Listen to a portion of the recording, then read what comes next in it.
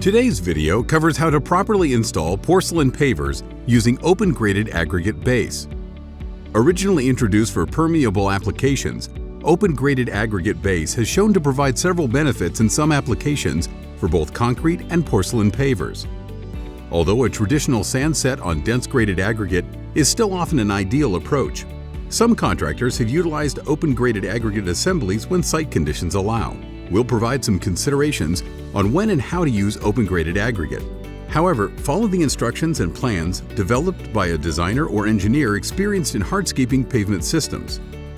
Local site conditions such as slopes, soil types, drainage condition, and pavement use factor into your pavement designs. It is important to remember that porcelain pavers installed using open-graded aggregate are not subject to any vehicular traffic, including residential driveways. Excavate and prepare the subgrade in the same manner as a standard paver installation. The native soil must be compacted as required per plan to provide a stable base for the paver system. A permeable geotextile, such as Mirage 140N, is recommended on top of the subgrade and along the sides of the system to separate fine-grained soils from migrating into the open-graded aggregate base. If the subgrade is weak or yielding, then a geogrid or undercuts may be required. If the project has fine-grained soils, silts, or clays, and contributing water sources such as downspouts or groundwater are present, it is important to install a perforated pipe underdrain to prevent saturation of the subgrade. Make sure the underdrain has an acceptable discharge location. After preparing the subgrade and geotextile, you're ready to install the open-graded aggregate. The open-graded aggregate should be clean and free from foreign matter, manufactured from crushed rock, and conforms to ASTM C33 size number 57. Do not use recycled aggregates or rounded river gravel. Place the open-graded base in a maximum of 6-inch lifts and compact using a minimum 13,500-pound plate compactor. If you do not have the required compactor size, reduce your maximum lift thickness accordingly.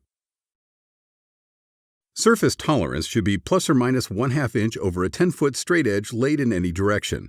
Once the open-graded aggregate base course has been placed and compacted to the required grade, the open-graded aggregate bedding course is installed loose and screened to a thickness of 2 inches.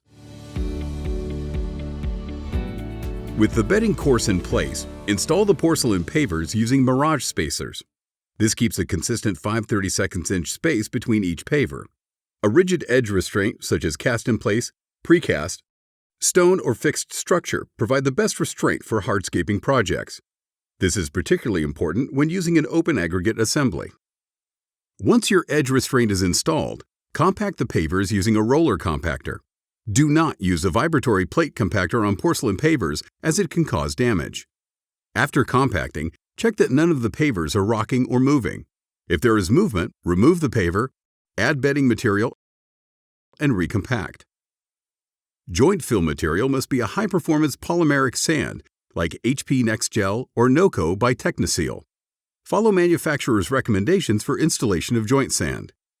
Pro tip: some polymeric sand will filter into the permeable bedding course, requiring approximately 5% to 10% additional polymeric sand than a standard installation.